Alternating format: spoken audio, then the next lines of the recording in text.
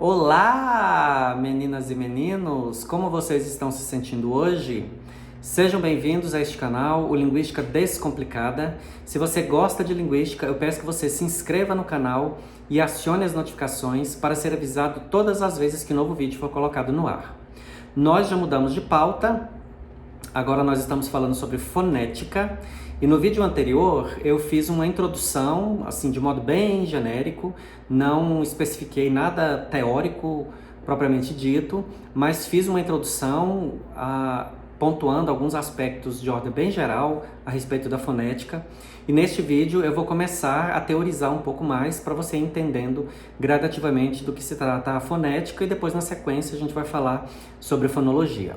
Antes, porém, eu quero pedir para você que não é inscrito, mais uma vez, para que você se inscreva. Nós já somos um pouco mais de 600 pessoas neste canal e eu quero agradecer a todos vocês que já estão inscritos e agradecer aos novos inscritos e também pedir a você que já é inscrito para que compartilhe o vídeo, convide os seus colegas que são estudantes de linguística ou não, para virem fazer parte desta comunidade, para fortalecer este grupo, para que mais pessoas possam ter acesso a este material e possam entender a linguística de modo mais descomplicado, já que este é o objetivo do canal, ok? Então, obrigado a todos vocês que já estão inscritos, obrigado aos novos inscritos e chame mais pessoas para virem fazer parte da nossa comunidade.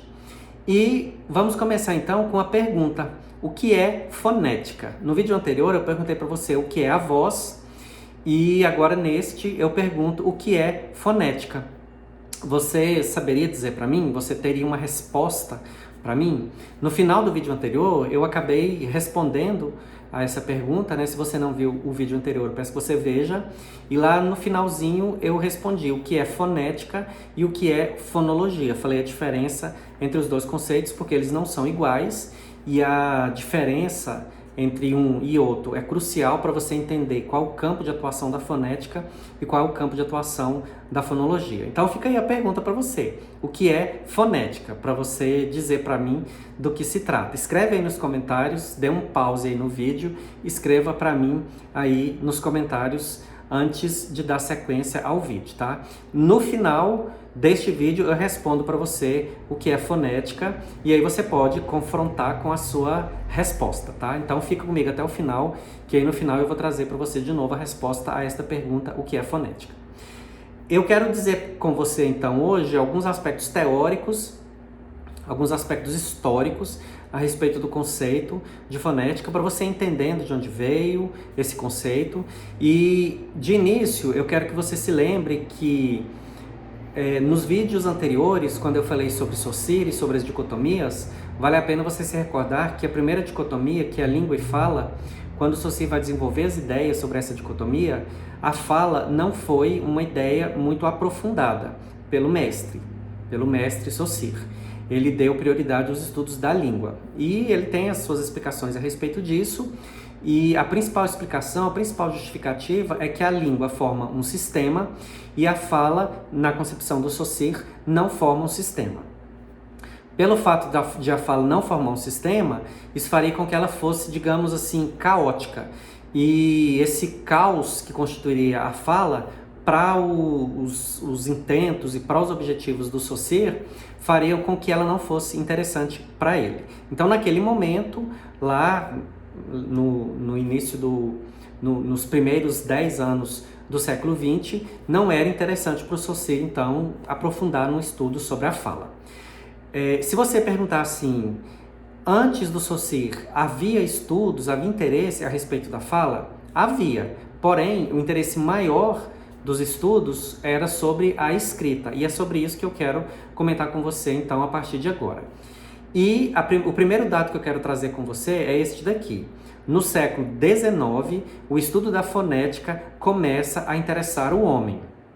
Então, o Saussure traz a dicotomia língua e fala, mas você vai ver, à medida que os nossos estudos aqui sobre a fonética forem caminhando, que o boom dos estudos sobre a fala na fonética vão acontecer mais tarde, algum tempo depois do Saussure. Porém, já no século XIX havia o interesse do homem pela fala, e você vai vendo gradativamente os empecilhos que que foi havendo, as dificuldades que havia, as dificuldades que foram aparecendo e que foram impedindo que o estudo sobre a fala fosse mais profundo, antes do Saussure e logo após o Saussure. Antes do século XIX, então, o que havia de mais interesse, o que chamava mais atenção dos estudos era associado à escrita. Então, até o século XIX, era sobre a escrita o interesse do homem, especialmente na Grécia. Esse interesse pela escrita se estendeu até a Idade Média. E se a gente for vasculhar um pouco a história para poder entender melhor a respeito dessa questão do interesse do homem pela escrita, a gente vai encontrar as Iluminuras. Você se lembra das aulas de história, de estudar a respeito disso?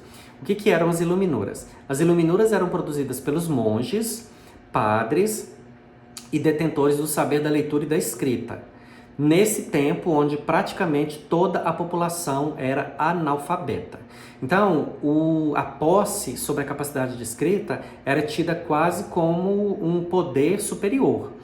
Como era muito restrito o número de pessoas que tinha acesso, que tinha domínio sobre a escrita, e como essas pessoas em geral estavam ligadas a esse universo mais religioso, essa capacidade de leitura e escrita era tida quase como um dom divino, muitas vezes até utilizado como uma ferramenta de poder e de domínio, né? De poder e de domínio ideológico sobre as classes dominantes. Então, existia até uma certa magia, digamos assim, associada à capacidade de escrita e à capacidade de leitura. E o que havia, então, de interesse do homem a respeito da linguagem era muito associado a esse universo da escrita. E, como eu disse, as Iluminuras ilustram muito isso, ilustram muito essa conexão do homem com o universo da escrita e um total distanciamento com o universo da fala. Aí eu posso fazer uma pergunta para você, né? Por que a fala não interessava ao homem? Por que não tinha havido ainda um clique de onde vem a fala, o que é a voz, qual é a importância da fala? Por que será que isso não interessava ao homem? Você já parou para pensar sobre isso? Você já se perguntou a respeito disso? Pode haver várias hipóteses, né? Para várias respostas hipotéticas para essa pergunta. Uma delas é isso aqui: a fala é espontânea. O que a faz parecer tão natural como as outras atividades corporais, como andar. Até hoje, a linguagem em geral, principalmente a linguagem oral, não desperta muita curiosidade das pessoas em geral, da comunidade em geral. Não estou falando da comunidade acadêmica e da comunidade científica, tá? Estou falando das pessoas em geral. E por quê? Justamente por ser coisas naturais. Como eu disse aqui há pouco, como o andar. O andar é uma coisa natural, espontânea, e isso em geral não chama muita atenção das pessoas em geral, exceto as pessoas da comunidade acadêmica e da comunidade científica.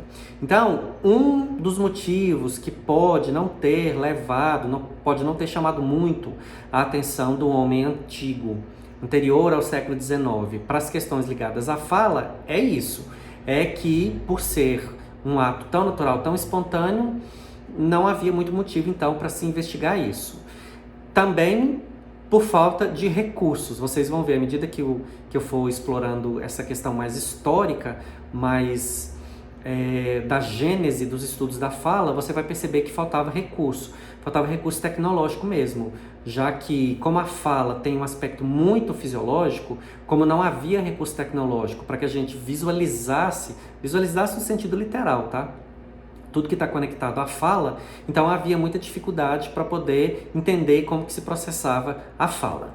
Bom, em se tratando então desse aspecto mais fisiológico, uma das questões que não pode ser deixada de se considerar é o papel do cérebro, o papel dessa ferramenta tão incrível que nós temos para a constituição da fala. E atualmente, a neurociência dá conta de explicar para nós muito a respeito disso. E antes do século XIX não havia neurociência. Aliás, a neurociência é bem recente, é do século XX, por volta dos anos 70 do século XX. Então, é natural que não houvesse estudos sobre fala antes do século XX, estudos mais aprofundados. Justamente o que eu acabei de dizer para você, que não havia recurso tecnológico. Não havia recurso tecnológico e não havia uma área da ciência que se preocupasse com o cérebro, como aconteceu com a neurociência, e como não havia isso, a gente não entendia a conexão que existe da fala com as questões cerebrais. Com o aparecimento da neurociência, a gente percebeu que nós temos o neocórtex, que é essa parte mais nova e mais nobre do nosso cérebro, e que esse neocórtex é formado por estruturas, são 4 estruturas chamadas de lobos ou lóbulos, e dentre essas 4 estruturas, 2 delas são específicas para a capacidade linguística e muito associadas à fala especificamente, que são o lobo frontal e o lobo temporal. O lobo frontal, ele coordena atividades motoras, pensamento, escrita, fala e linguagem articulada, e o lobo temporal, memória, audição, sons, entendimento da linguagem e vigília. Então, dentre os 4, 2 são muito ativos, são muito participativos do que diz respeito à capacidade linguística e, em específico, do que nós estamos falando aqui, a capacidade associada à fala. Então, percebe que um dos motivos de não haver interesse do homem antes do século XIX pela fala era justamente a falta de conhecimento. Não havia uma ciência que se interessasse primeiramente pelo cérebro e não havia uma ciência que se interessasse pelos órgãos responsáveis pela articulação da fala, sobre os quais eu vou falar na sequência para você. Então, a partir do momento que surgem essas áreas, essas ciências, é que o homem descobre que existe, do ponto de vista fisiológico, partes do corpo que participam da constituição da voz e da fala, e aí sim é possível a gente poder aprofundar nos estudos sobre a fala. Quando o Saussure apareceu, já havia algum recurso tecnológico que podia, de alguma forma, trazer algum entendimento a respeito da fala. Não tanto quanto hoje, ou não tanto quanto a partir dos anos 70, quando a neurociência aparece, quando a neurociência começa a desenvolver os seus estudos. E você vai percebendo gradativamente, à medida que o tempo for passando, o que eu estou dizendo com o aparecimento de recursos tecnológicos que não havia antes do século XIX. E naturalmente que você vai perceber que esses recursos que foram aparecendo com o tempo são muito rudimentares se comparados ao que nós temos hoje. Só que não havia antes do século XIX nem esses rudimentares. Então, é natural que não houvesse mais aprofundamento e mais explicação a respeito do que é a voz e do que é a fala. Tudo isso se conecta diretamente com a fonética, principalmente com um dos tipos de fonética. Lembra no início do vídeo quando eu te falei? O que é fonética? E eu disse para você que eu ia, para você ficar comigo até o final, porque eu ia responder para você essa pergunta. Pedi para você dar uma pausa no vídeo lá atrás e responder a pergunta nos comentários. Será que você fez isso? E aí falei, no final eu vou dizer para você o que é fonética, e você compara o que você entendeu como sendo o conceito e o que é de fato. Agora eu vou dizer para você o que é. A fonética trabalha com sons propriamente ditos. A fonética, dentro desse trabalho com sons propriamente ditos, ela também está associada com a produção, percepção e com os aspectos físicos envolvidos na produção dos sons.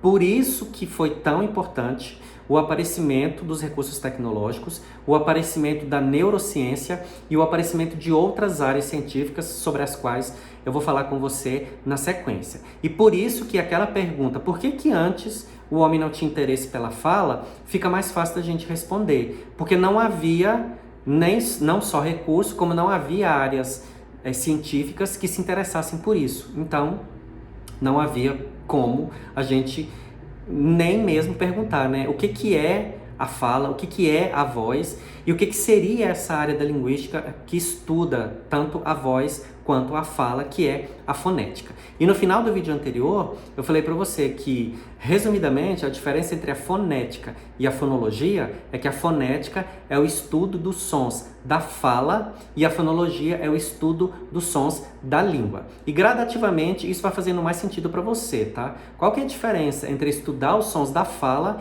e qual que é a diferença entre estudar os sons da língua?